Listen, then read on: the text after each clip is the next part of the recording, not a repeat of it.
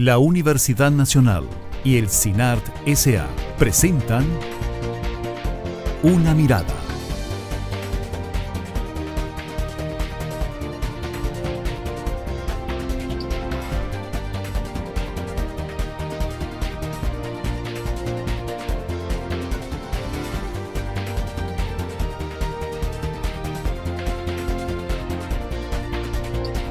Una Mirada.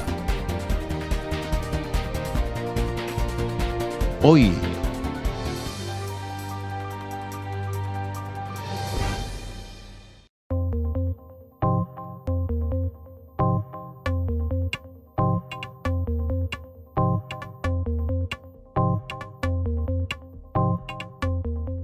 hay un incremento en la pobreza. Los datos demuestran que sigue habiendo una profundización en la desigualdad, en la distribución de los ingresos. El empleo, digamos, en las zonas rurales, el empleo en cierto tipo de actividades productivas no fue creado con suficiente fuerza durante el 2010 y que entonces que el empleo que se creó no está realmente colaborando con o arrastrando a la población pobre. No es solamente el desempleo abierto, es el subempleo. ¿Ah? Hay gente que ahí se la juega de alguna forma, va, invente lápices, donde sea, pero ¿cuántas horas? ¿Ah? Es decir, no son empleos de verdad, son formas de sobrevivencia. Que un país que tenga el índice de gasto social que tiene Costa Rica, un país que tenga las condiciones económicas y de entorno y de institucionalidad por cerca ya de 25 años, tenga el mismo indicador de pobreza todos los años, es una situación que nos deprime a los investigadores sociales. Si se lograra solventar ese problema y que todo trabajador o trabajadora en Costa Rica reciba por lo menos el salario mínimo, sería posible reducir la pobreza no en 4, sino en 7 u 8 puntos porcentuales. Entonces ahí hay una tarea que realmente es urgente. Yo creo que el Estado costarricense tiene los recursos y tiene las condiciones para resolver la pobreza extrema. Entonces tenemos un aparato público grande, frondoso, que podría erradicar la pobreza extrema totalmente. Aquí no hay por qué haber pobreza extrema. El país tiene la capacidad institucional y financiera incluso para poder cumplir con esa meta de bajar considerablemente la pobreza, incluso no en 4 puntos, sino incluso en más. El problema es que en realidad pareciera que la política social está concebida para que los pobres se mantengan. Porque mientras buena parte de la política social siga estando dirigida sobre todo no tanto a resolver las causas estructurales, sino a políticas asistencialistas, entonces no hay forma de superar la pobreza en el largo plazo.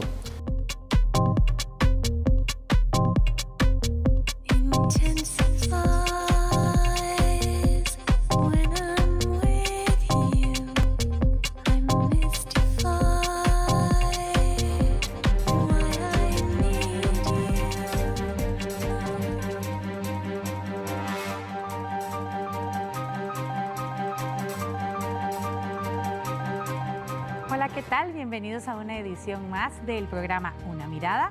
Esta es una producción de la Universidad Nacional y el CINART S.A. Mi nombre es Maribel Quiroz y le acompañaré en la siguiente hora en el análisis de importantes temas del acontecer nacional e internacional. El tema que nos convoca hoy es una radiografía de los hogares costarricenses en el marco de los últimos resultados de la encuesta nacional de hogares realizada por el Instituto Nacional de Estadística y Censos para el año pasado. Precisamente decidimos abordar este tema porque consideramos muy importante que reflexionemos en torno a la situación que experimentan los núcleos familiares en Costa Rica, qué estamos haciendo para resolver sus problemas y para fortalecerlos en aras de lograr una mejor situación para todas y todos los costarricenses. Para tratar este tema, contamos hoy con la participación de la señora Pilar Ramos Vargas, quien es la coordinadora de la encuesta nacional de hogares realizada por el INEC. Bienvenida, muchas gracias por acompañarnos. Muchas gracias, Maribel. más bien por la invitación. También nos acompaña Floribel Méndez Fonseca, quien es especialista en pobreza también del INEC. Bienvenida, muchas gracias. Muchas gracias. Y nos acompaña una vez más José Carlos Chinchilla, sociólogo de la Universidad Nacional y asiduo colaborador de Una Mirada. Muchas gracias, José Carlos, por estar con nosotros una vez más. Un gusto compartir con ustedes. Gracias. Muy bien, como estábamos comentando en la introducción, hoy queremos hacer un breve estudio de lo que nosotros hemos llamado una radiografía de los hogares costarricenses que vendría a ser la encuesta nacional de hogares realizada por el INEC.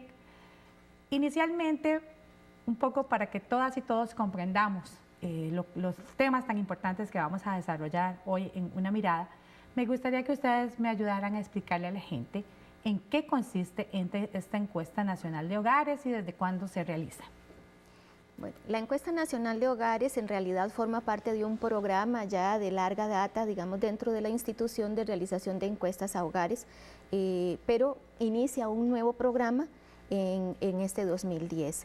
En realidad el INEC ha ejecutado programas diferentes que tienen comparación metodológica pasada entre el 76 y el 86 y posteriormente entre 1987 y el 2009.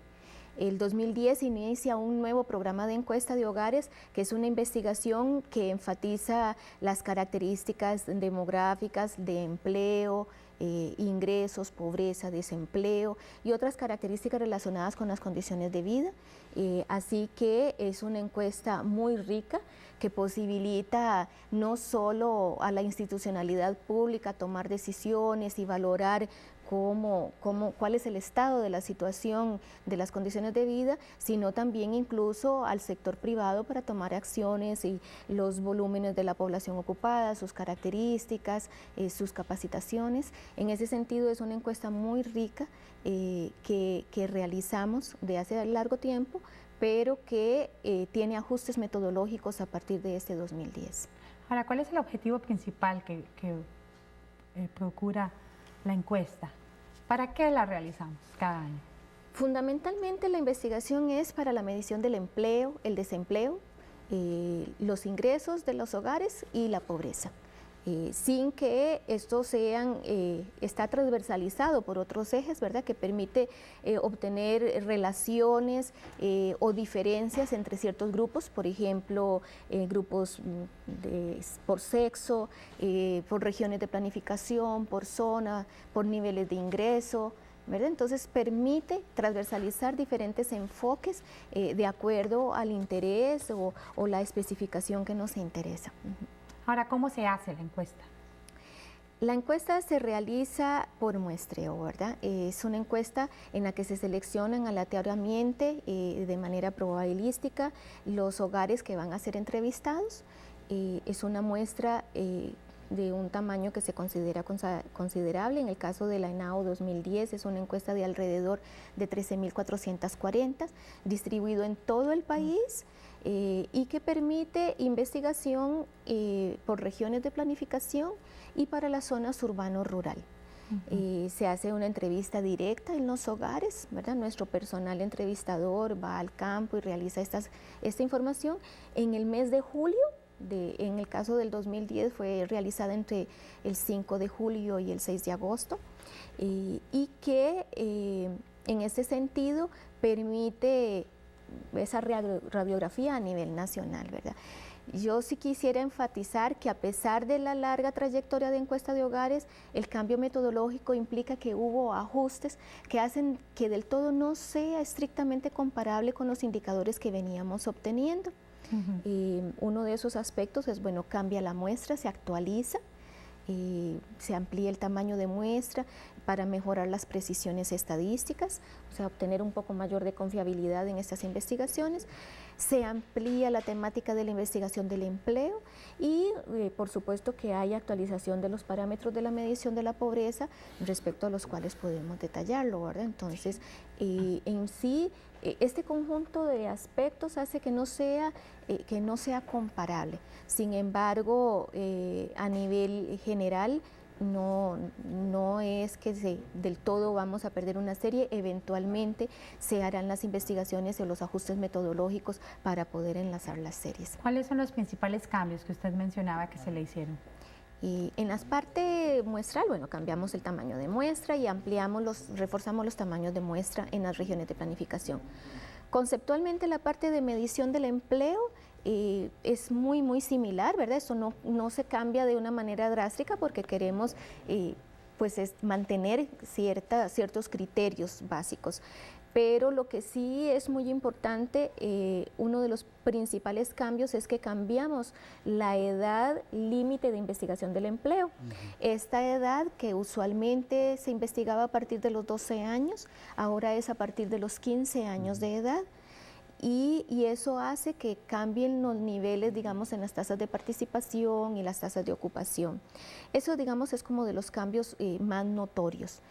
También se cambió metodológicamente la forma de calcular, digamos, la inferencia, ¿verdad? Porque estamos utilizando una muestra y esa muestra representa el total nacional, pero se utiliza un factor que nosotros llamamos un factor de expansión, en el cual se utilizan proyecciones de población y estas proyecciones están cambiando, se actualiza esto, ¿verdad? Utilizando nuevas proyecciones de población y que refleja que en realidad la población tiene un menor nivel, ligeramente menor de lo que veníamos estimando.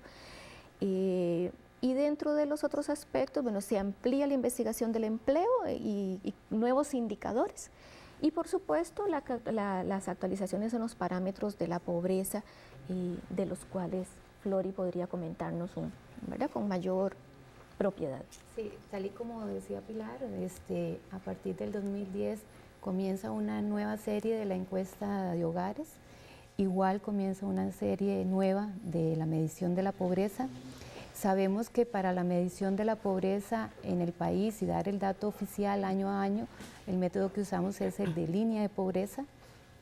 Este método de línea de pobreza lo que consiste es simplemente en tener el ingreso de los hogares y contrastarlo con una canasta de bienes y servicios mínima para ver si tiene el ingreso suficiente como para subsistir.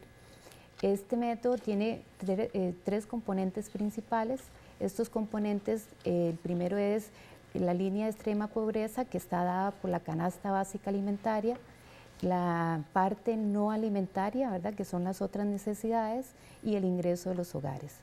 Entonces, la medición que teníamos, o la serie anterior que inició en el 87 y llegó hasta el 2009, sabemos que en todos estos años se dan modificaciones en la estructura de la población del país y se dan modificaciones también en la composición del gasto de los hogares y en los patrones de consumo de los hogares, y por lo tanto todos estos cambios transcurridos en estos años crean la necesidad de hacer una actualización, y precisamente eso fue a lo que se abocó el INEC, trabajar en estos últimos 2 años en esta actualización para tener una nueva canasta básica alimentaria que reflejara mejor el patrón de consumo de los hogares y también una estructura de gasto que se modificó.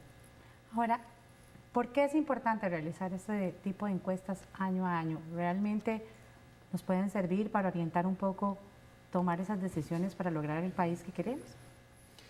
Bueno, a mí me parece que es fundamental en un Estado conocer cuál es la situación en que vive su gente, sus personas, sus pobladoras y pobladores. En ese sentido, el esfuerzo que ha hecho el INEC a lo largo de muchos años ha sido muy importante, porque nos ha permitido llevarle el pulso, entre otras cosas, a la pobreza, al empleo, desempleo, a la distribución, las asimetrías, desigualdades, y ha cumplido un papel muy importante y lo sigue cumpliendo. Ahora, eso no significa, digamos, que necesariamente la fotografía o la valoración que se haga sea la óptima. Digamos, evidentemente tener una canasta básica durante tantos años, digamos, sin una modificación importante como la que ahora se acaba de hacer, de alguna forma, digamos, permitía tener una lectura, por ejemplo, de la línea de pobreza mucho menor de lo que es la realidad de este país. E inclusive, por los resultados que uno lee en el trabajo actual, uno piensa que posiblemente, digamos, si bien es cierto, se ha enriquecido la canasta básica, posiblemente este enriquecimiento de la canasta básica no incorporó, digamos, una serie de elementos del gasto que posiblemente una gran cantidad de personas están incurriendo en el presente. Múltiples son los resultados que se obtuvieron con esta encuesta y que se obtienen año con año, que nos permiten hacer diferentes valoraciones. Particularmente persiste ese llamado de atención de diferentes sectores del país en torno a el tema de la desigualdad. O sea, hay una desigualdad creciente en el país que todavía sigue generando reacciones en diferentes sectores porque consideran que no se le está prestando suficiente atención a este suceso que estamos experimentando y que se ve reflejada año con año. ¿Cuáles fueron los datos que se arrojaron en este sentido? Bueno, en este sentido, en lo que es la distribución del ingreso y la desigualdad, la ENAO 2010 arroja datos que van en consistencia con lo que se venía mostrando el país en los últimos años, donde seguimos teniendo una concentración del ingreso en los el último decil o el último quintil, o sea, en el 20% de los hogares que tienen los ingresos más altos. La encuesta arrojó en términos generales o a nivel nacional que el primer decil acumula cerca del 5% del ingreso de los hogares, del ingreso total de los hogares, mientras que el último quintil concentra el 50% del ingreso. O sea, en términos costarricenses, como decían los abuelitos, los ricos cada vez más ricos y los pobres cada vez más pobres. Bueno, estos datos de la distribución del ingreso reflejan eso y van en la tendencia de la serie anterior. También si lo vemos a nivel del ingreso promedio de los hogares y si se hace una relación del ingreso promedio de los hogares, el 20% digamos de hogares con ingreso más bajo y el 20% de los hogares más altos, en términos de ingreso promedio, el último grupo o el ingreso de los hogares más altos es 16 veces más en términos de persona, que el primer quintil, que también eso nos da una idea de la concentración del ingreso, y esta concentración del ingreso no solamente se da a nivel nacional, sino también a nivel si uno lo ve a nivel de urbano y rural, de zonas urbanas y zonas rurales, las relaciones que hay entre estos primer quintil y el último quintil de ingreso de los hogares guardan esa desproporción, digamos, en cuanto a concentración. ¿Por qué está pasando esto? O sea, aquí siempre se decía que todos éramos igualiticos. ¿Por qué está pasando esto, José Carlos? ¿Qué está sucediendo en este país que la desigualdad es creciente? Bueno, es creciente, pero no desde hace poco, digamos. No, o sea, desde hace mucho tiempo. Tenemos años de estar oyendo de este tema. Bueno, eso tiene que ver con muchos aspectos, pero uno de los más importantes precisamente es que el Estado no ha logrado, a través de una política ni fiscal, ni de promoción de la generación de nuevos empleos a sectores importantes de la población. Es decir, hace un instante escuchábamos a algunos de los conferencistas del comienzo cómo señalaba el subempleo, por ejemplo. Si bien es cierto, entiendo que en esta última trabajo que ustedes realizaron, en alguna medida el subempleo disminuye ligeramente, en realidad durante todas estas 2 décadas ha tenido un crecimiento importante. Y cuando hablamos de subempleo, estamos hablando usualmente de sectores que pierden garantías sociales básicas, propias, digamos, y esenciales de un Estado social de derecho.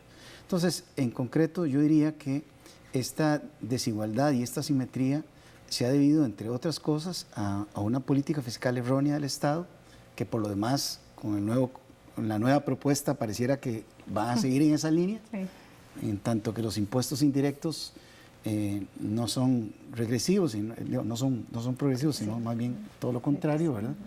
Y se va a seguir generando este tipo de problemas. Precisamente sobre esa ineficiencia que usted menciona, comentó el señor Leiner Vargas, economista de la Universidad Nacional. Vamos a ver qué nos comenta él sobre el tema de la pobreza en Costa Rica. Quizás lo único sorprendente es que tengamos una caída en el empleo, digamos, una caída en el desempleo, un aumento en el empleo y que tengamos al mismo tiempo un aumento en la pobreza.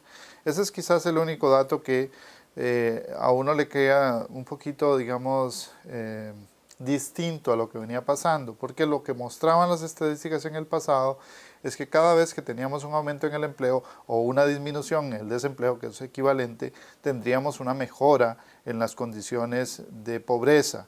Eso solamente demuestra una cosa, ya viendo los datos en fino, viendo la muestra y los efectos internos de la muestra, lo que demuestra es que el empleo que se creó fue en sectores donde los pobres no son empleados. Es decir, que el empleo, digamos, en las zonas rurales, el empleo en cierto tipo de actividades productivas no fue creado con suficiente fuerza durante el 2010 y que entonces que el empleo que se creó no está realmente colaborando con o arrastrando a la población pobre o a las personas que están en vulnerabilidad de pobreza. Con excepción a ese resultado, el resto de los resultados son sorprendentes para los investigadores sociales, es decir, que un país que tenga el índice de gasto social que tiene Costa Rica, un país que tenga las condiciones económicas y de entorno y de institucionalidad por cerca ya de 25 años, tenga el mismo indicador de pobreza todos los años, es una situación que nos deprime a los investigadores sociales y que de alguna manera es una llamada de atención de que efectivamente el modelo de crecimiento económico, el modelo de desarrollo económico asociado y por supuesto la actividad del sector público que de alguna manera está asociada con el combate a la pobreza y con el desarrollo de nuevas condiciones para el empleo, no está haciendo la tarea o por lo menos no está haciendo toda la tarea que tiene que hacer. Yo creo que el Estado costarricense tiene los recursos y tiene las condiciones para resolver la pobreza extrema. Porque si uno habla de pobreza extrema, básicamente habla de tres actores. De los niños, porque las familias pobres son más numerosas en niños, de las mujeres, que generalmente son jefas de hogar, y de los ancianos. Esos son la cara de la pobreza extrema en este país. Y en esa condición el Estado costarricense tiene que actuar porque el país tiene los recursos y tiene la capacidad institucional para atender a esa población. Sumado a lo que nos decía don Leiner, definitivamente hay otro punto que a mí particularmente me interesa comentar. Hablamos de, según los resultados de la encuesta, tenemos un índice de pobreza total del 21.3 y de pobreza extrema del 6%. Sin embargo, este es el total de país. Pero preocupante son los índices que se reflejan por región, al punto de que en la región Brunca tenemos una pobreza total del 34.9, casi 35%, y una pobreza extrema del 12.6. O sea, definitivamente, aunque ¿verdad? Los índices nacionales reflejan una cosa, si lo vemos por región, hay regiones que definitivamente urgen de una intervención inmediata en estos temas, ¿no es así? Sí, o sea, los datos de la NAO también reflejan de la desigualdad que hay geográfica, ¿verdad? No solamente podemos hablar de desigualdad en cuanto al ingreso y la distribución, sino también geográficamente y el comportamiento de las regiones.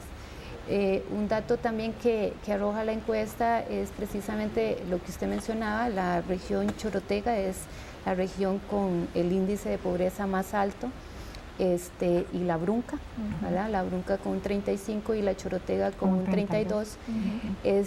Y precisamente la Chorotega también es la que mostró una tasa de desempleo más alta para el 2010 y la región Brunca también mostró una situación un poco difícil en la parte del empleo, donde la tasa de ocupación disminuye un poco y el desempleo aumenta, ¿verdad? Entonces, o sea, son condiciones también que en las regiones que superan, digamos, el promedio nacional, y que son a veces importantes de observar porque de atención, digamos, específica para las regiones. Sí, en efecto, cuando el investigador comenta como entre la inconsistencia en que bajó el desempleo, pero la pobreza por un ejercicio metodológico que hicimos parece haber aumentado entre un año y otro, en realidad eso es a nivel de promedio nacional, ¿verdad? Siempre se valoran las diferencias regionales. La región central, y como dijo Floria, un poco es desigualdades, pero es desigualdades de oportunidades, desigualdades de inserción. Ahora, la relación desempleo-pobreza no es uno a uno, porque existen en la pobreza diferentes aspectos que intervienen en términos de esa medición metodológica que nosotros hacemos, ¿verdad? Que yo sí quiero enfatizar que es una forma de estimación de la incidencia de la pobreza vía los ingresos disponibles en los hogares, y que los ingresos disponibles provienen principalmente del empleo, pero también provienen de otras fuentes, de otros ingresos. Los hogares con menores ingresos son los que precisamente tienen menores oportunidades de empleo, pero también es donde se recurren a otras formas, por ejemplo las transferencias entre hogares, o sea, las ayudas solidarias y alguna distribución del ingreso, por ejemplo, con las pensiones del régimen no contributivo. En términos de empleo, la región central es la región que presenta mejores oportunidades, la mayor tasa de ocupación, el menor desempleo, y como dijo Gloria, la Chorotega y las regiones Bruncas son las que reflejan esa situación crítica, y ahí sí se ve esa congruencia de reflejo de oportunidades, de una desigualdad muy fuerte. Hay que enfatizar, ¿verdad?, de otras condiciones. El hecho de que el país mostrara, por ejemplo, que disminuyera ligeramente el desempleo, ¿verdad?, entre el año 2009 y 2010 metodológicamente comparable, pero la ocupación más bien disminuye, eso refleja que es un país que no logró absorber empleo suficiente, o sea, no logró crear oportunidades. No puede decirse que es un país en crecimiento o en recuperación de la crisis del 2009, sino que hay restricciones.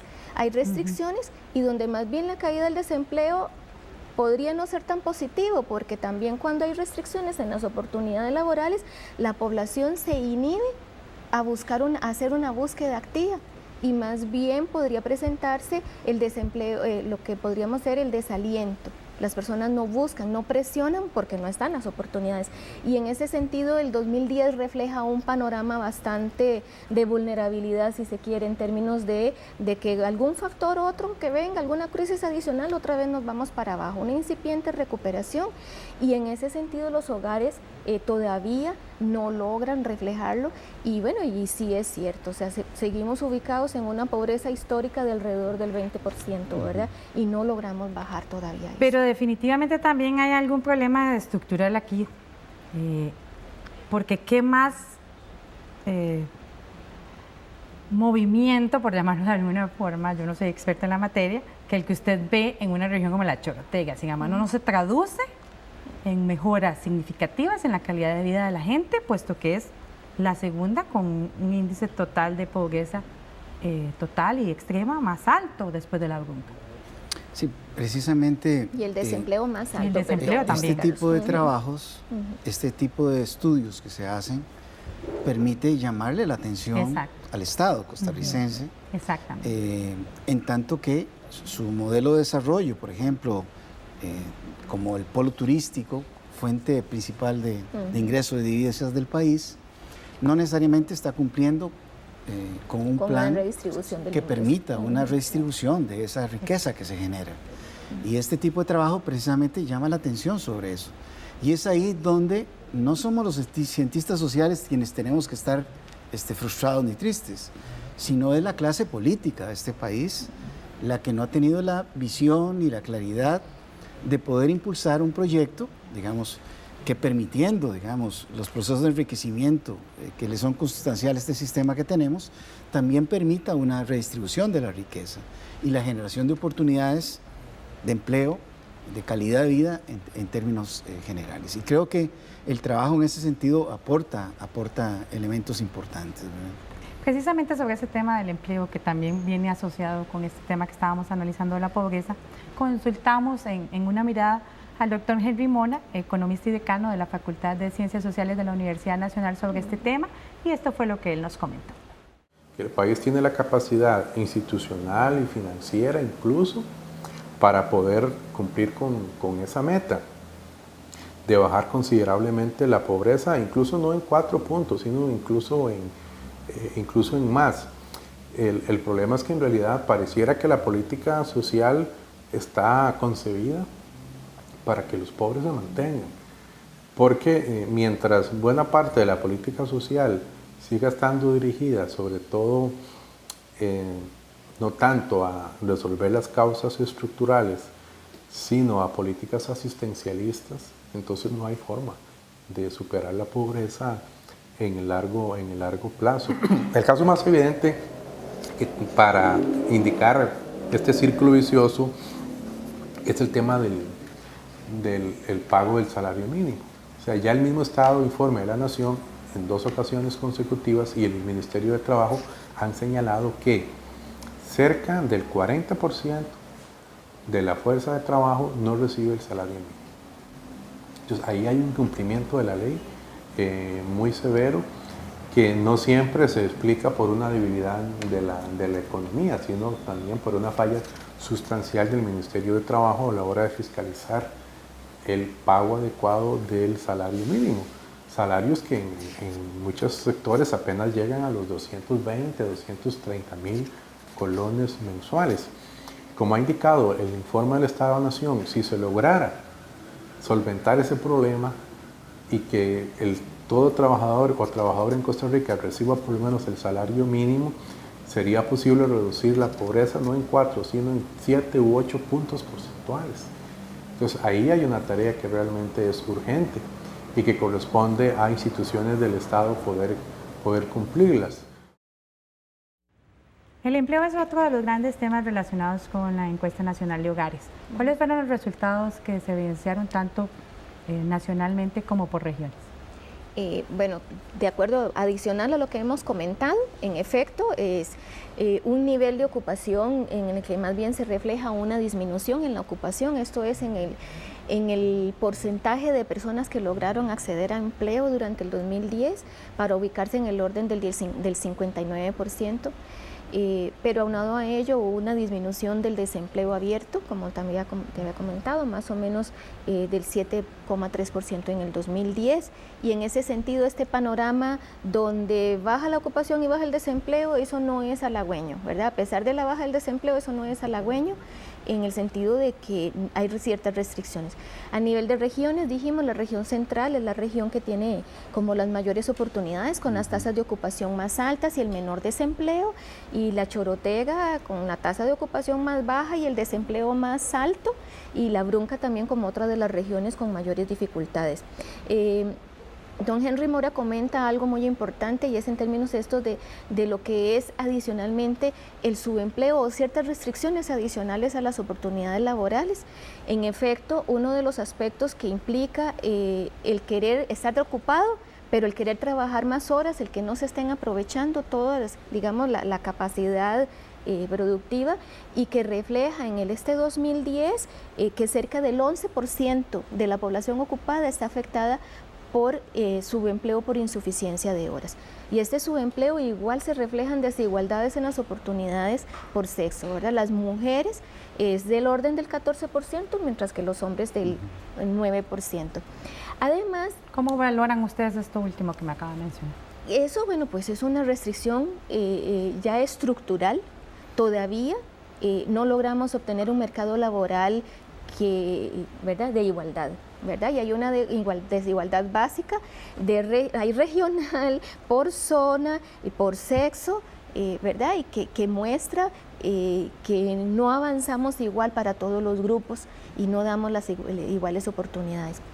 En términos, por ejemplo, de la insuficiencia de ingresos, la estimación del INE con las cifras de estas del 2010 y obteniendo la diferencia, digamos, entre el salario mínimo de la ocupación que está ejerciendo la persona respecto al decreto de salarios mínimos, nos calcula que es cerca del 31%. Un 30% de la población ocupada está afectada por lo que podríamos considerar una insuficiente remuneración, y esto es realmente grave, ¿verdad?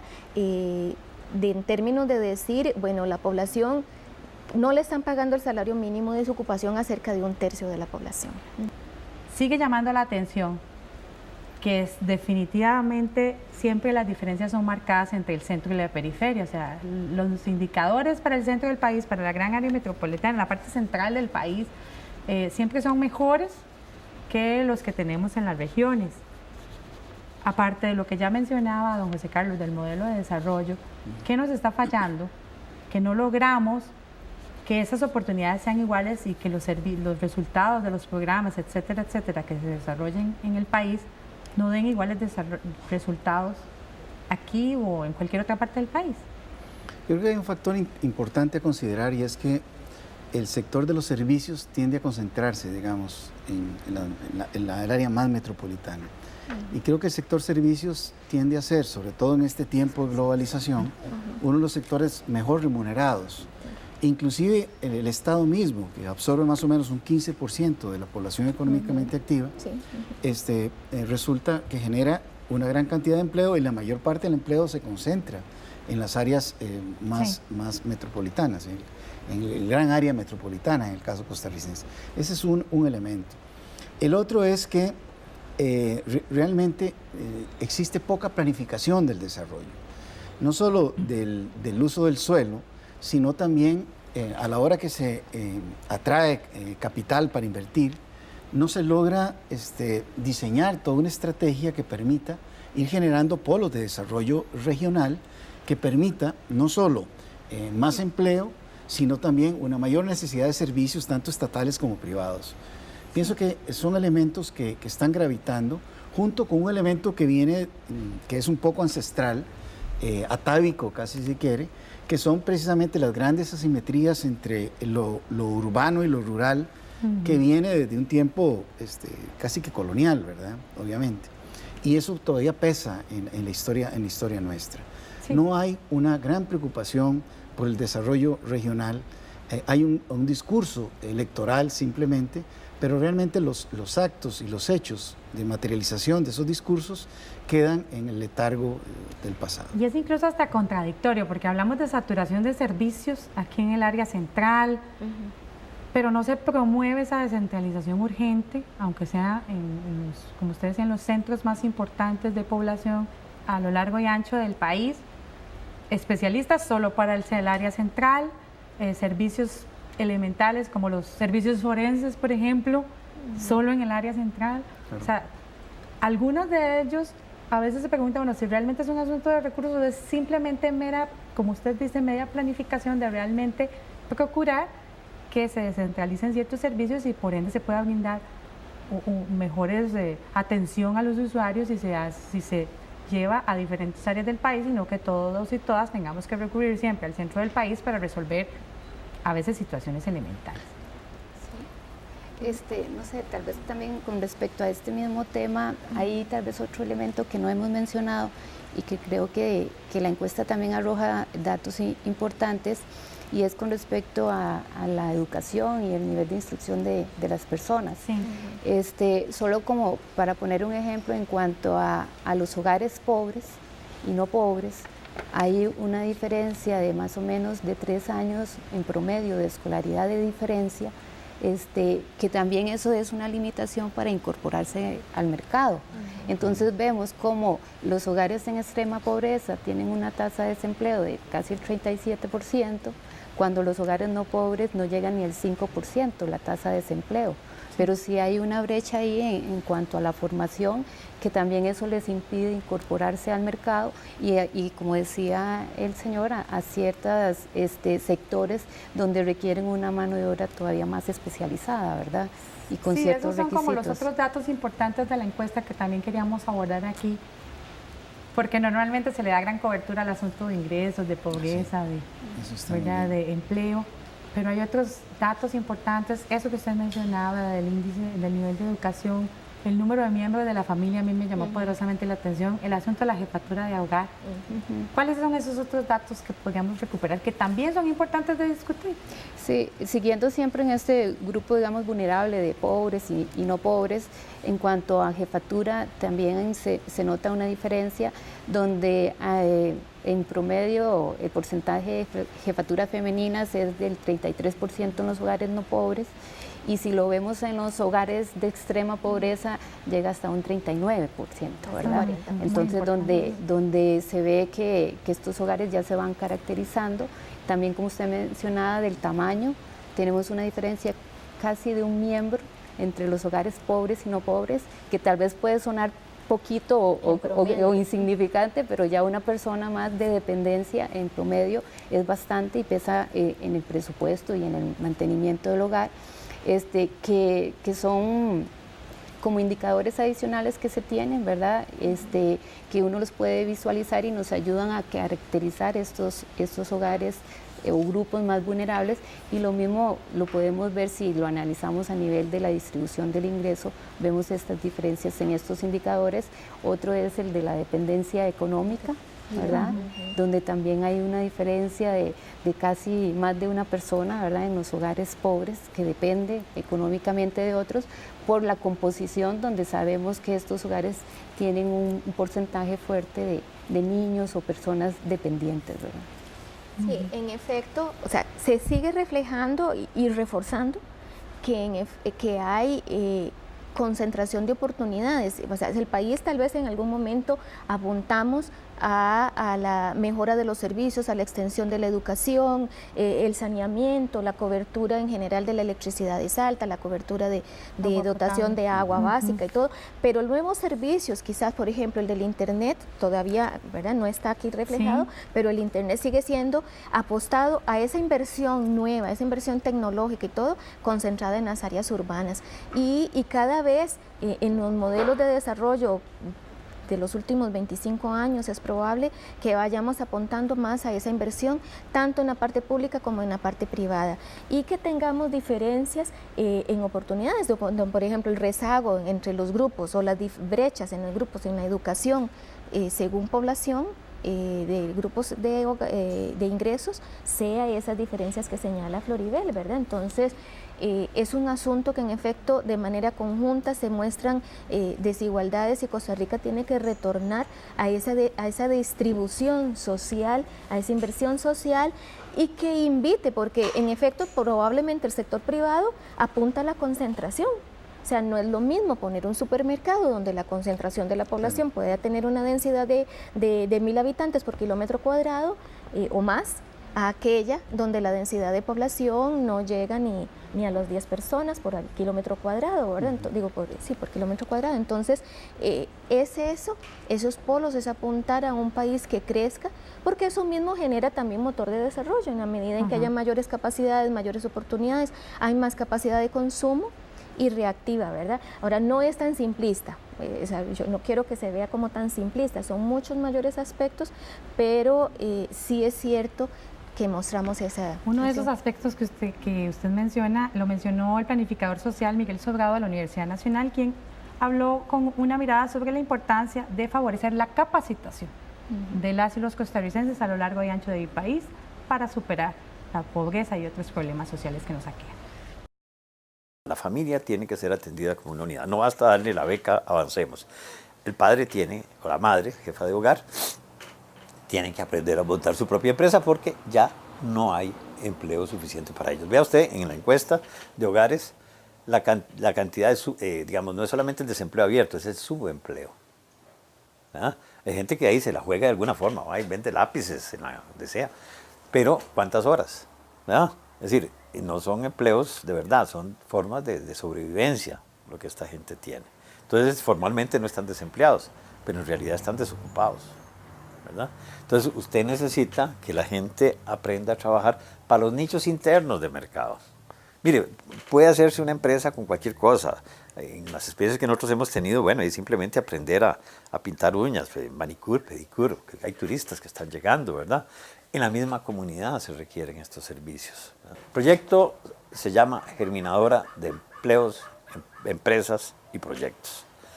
Y parte de la formación de 50 técnicos en desarrollo cooperativo, comunitario, que a su vez forman entre 600 y 1.000 auxiliares de proyectos de inversión, que son miembros de las comunidades, para tratar de generar empleo en esta región.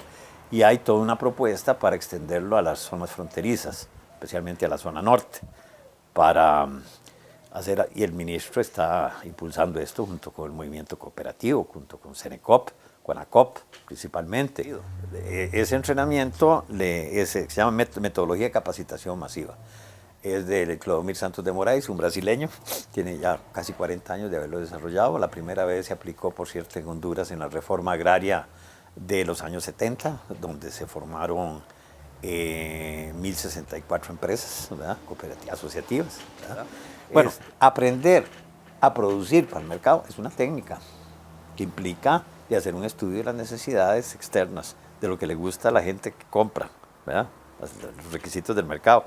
Saber calcular cuánto me va a costar, en cuánto lo va a vender, cuál va a ser la ganancia. Eso, de quien no ha vivido como empresario, y no han vivido como empresario los que estaban en la economía de subsistencia y los que estaban trabajando como asalariados. Si usted no aprende eso, usted no puede participar. Entonces, esta metodología lo que otorga es esa capacidad empresarial, pero no es solo técnica, no es solo sumar y restar, sino organización solidaria. Porque no se trata de un capitalismo salvaje en que yo empujo a este y lo saco, porque así no avanzamos como país. Es decir, se requiere que haya, digamos, cooperación, ¿verdad? Competencia con cooperación, ¿verdad? Así es como se han desarrollado las regiones del nordeste italiano, así es como se han desarrollado, sí, que se asocian los pequeños productores precisamente para poder competir en el mercado mundial en algún momento. ¿Qué hacemos para lograr realmente ese desarrollo equitativo y sostenible para todas y todos los costarricenses a lo largo y ancho del país y en cada rincón de nuestra Costa Rica? José Carlos. Bueno, yo pienso que para comenzar, al menos en cuestiones que podría ser viable, mayores oportunidades y mayor equidad, deberíamos de modificar sustancialmente lo que hemos llamado la educación costarricense. Ese dato que nos daba la especialista Floridez Méndez y que reafirmaba la coordinadora Pilar Ramos, de una diferencia de 3 años entre los no pobres y las personas en condición de pobreza, me parece que independientemente de la calidad de la educación, que es una variable que potencializa significativamente esa diferencia de 3 años, es algo que es inaceptable en una sociedad que ha invertido tantos millones en el campo educativo, que tiene tanto recurso humano y tanta capacidad como para generar programas muchísimo más creativos. Es aquí donde uno ve un Ministerio de Educación Pública con una significativa debilidad en la conducción y donde millones de colones que podrían haberse invertido sustancialmente en un mejoramiento cualitativo que disminuyera esta brecha, de pronto más bien lo que hace es aparecer una brecha de esta dimensión. Obviamente, en este caso, lo primero que hay que hacer es replantearnos la temática de la educación en Costa Rica, porque en el mundo del conocimiento, donde este mundo tecnológico, si no tenemos acceso, digamos, a una formación básica y al acceso a la red, digamos, empezamos a crear asimetrías que van a polarizar aún más el mundo que vivimos en el presente. Yo creo que efectivamente este tipo de trabajo, que dichosamente se hace periódicamente, realmente debe ser tomado como un medio para evaluar nuestro quehacer como sociedad y permitir a partir de acá redefinir rutas, redefinir direcciones y que en conjunto la institucionalidad y las fuerzas sociales comencemos a demandar esa acción estatal. Eso es el principio de un cambio. Eso es lo más importante, o sea, que en realidad se haga, porque definitivamente estudios como los que ustedes hacen, muchos otros que hacen las universidades estatales, que hacen otras entidades del país, nos están indicando hace mucho tiempo, como decía usted, don José Carlos, que vamos por el camino equivocado, que estamos perdiendo paulatinamente aquellos logros que en algún momento nos identificaron como nación. Sin embargo, parece que las y los costarricenses no tomamos verdadera conciencia de que esto está sucediendo y no demandamos ese cambio del que usted habla. Efectivamente, pero aquí hay una oportunidad. El conocimiento siempre es una oportunidad. Creo que esta aproximación a la realidad donde nos dice la pobreza es mayor de lo que hemos pensado, independientemente que no sean comparables según los criterios de ustedes, pero según mi opinión, digamos, evidencia que esta era una sociedad más pobre de lo que habíamos creído. Es como el que ve el mundo con los ojos cerrados, digamos, no ve todo lo que tiene que ver. Bueno, ahora el INEC nos ha abierto un poco más los ojos y creo que en el futuro esperamos que la próxima vez no sean 12 años para modificar la canasta básica. Muy bien. Sea menos. Muchísimas gracias a ustedes por acompañarnos aquí en Una Mirada y a ustedes por acompañarnos una vez más. Recuerde que nos puede seguir en Facebook y Twitter a través del perfil de Una Multimedia. Y también puede buscar más información sobre la Universidad Nacional, así como todos los videos y demás producciones que se hacen en Una Mirada en www.una.ac.cr/multimedia. Muchísimas gracias por acompañarnos y lo esperamos la próxima semana. Hasta pronto.